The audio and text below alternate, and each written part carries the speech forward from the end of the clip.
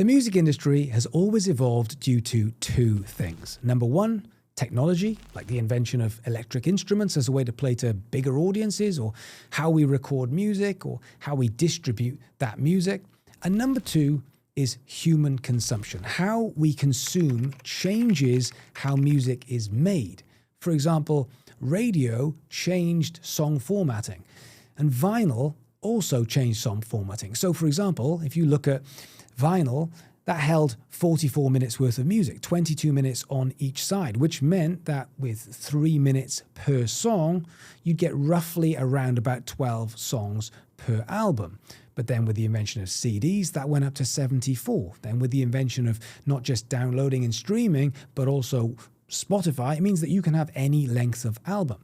Now, right now, everyone is obsessed with AI.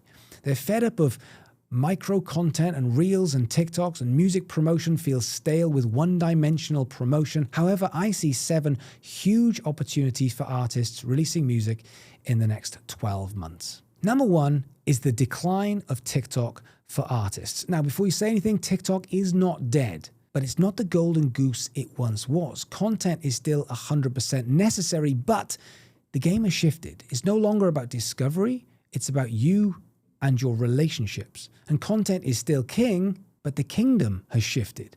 Content has become a way to get attention, but we seem to have forgotten what to do with it. The game has changed, and we have to do more with less. So think of it like this. Why are you making content?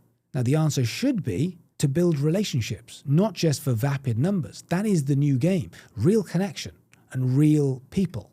Over the past couple of years, artists have become obsessed with numbers, and they live and die by the validation of those numbers.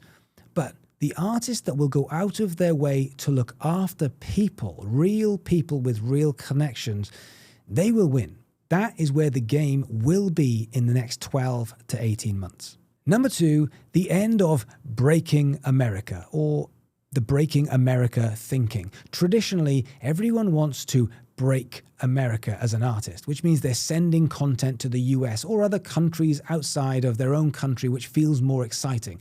But why? Are you going to tour 50 states of America? No. The world is now smaller than ever. Streaming and socials means your biggest fan base could be in Mexico or South Korea or Africa. That's not second best. That's global. That's real people, real fans. The stigma is dead. The question isn't, how do I break a country? It's, how do I find the right people, as they have the power to lift me up, whether it's Pakistan or Ukraine or the Philippines. These have so much more power than they have ever held. Your job as an artist is to start hoovering up the people that connect with you, despite which country or territory they live in. There are no longer stronger or weaker territories for owning a fan base. There are just real people and real connections. Number three, live online is going to be the biggest moneymaker. Live music has always been limited by geography. Tours are expensive, and whether we like it or not, they're not as necessary as they once were. Painful, I know, but live shows online are just beginning. Artists are making hundreds of thousands of dollars from online performances. And in 2026, fans will expect to buy tickets for digital shows, just like real gigs. Platforms are coming that will make this the norm. And here's the best bit. Your costs don't scale, but your audience does. But most musicians and artists are going to miss the boat when it comes to these live shows trends. If you think about social media trends in general, at the moment, the trend is TikTok Live, to be able to build an audience and monetize. Why? Because of supply and demand. There is a lot more demand than there is supply. Whereas if you're looking at TikTok in general, the supply and demand has changed. There is now a lot more supply and less demand. So everything's moved across to, there's not many people doing lives on TikTok, but there are people who want to watch them. And with TikTok taking 50% of anything that gets gifted within TikTok Live, it's in their best interest to push them. So if you are at the front of the queue, getting better at making TikTok Lives because of the supply and demand issue, you're probably going to win more so than in 12 to 18 months' time. Going live online is an art form, and you need to be at the front of it from now. You need to improve, get better, and be ready for the wave.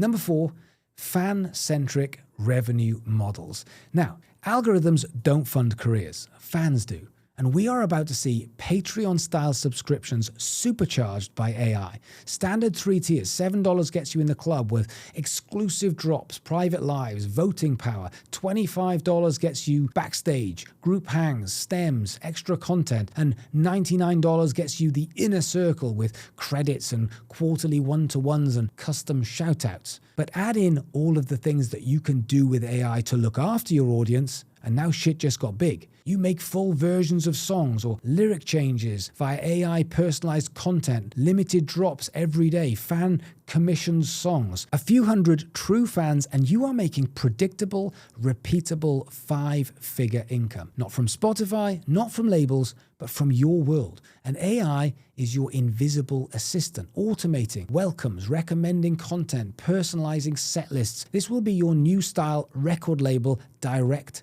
to fans. Number 5, what is music? Because it's about to change forever. AI won't just change the music industry, it will change what we mean by music itself. For 100 years, a song has been one version, one master recording, because labels paid for the studio, the vinyl, the promotion, the distribution, and then they bet the house on that version. But that era is dead. AI collapses the entire concept. A song is no longer a finished thing. It's a starting point. One composition can become infinite. Acoustic versions, metal versions, lo-fi versions, orchestral versions, translated into any language, personalized with fan names, chopped up for TikToks. You could release a new version of the same song every single day with infinite differences. This is A/B testing for art. Fans decide which one connects. Spotify tells you which version streams best. AI adapts the song based on data. Number 6, and I think this is weird, but I think it's a big one, is concerts of one. Imagine this for a concept. As live shows change, we go smaller instead of bigger. We have always thought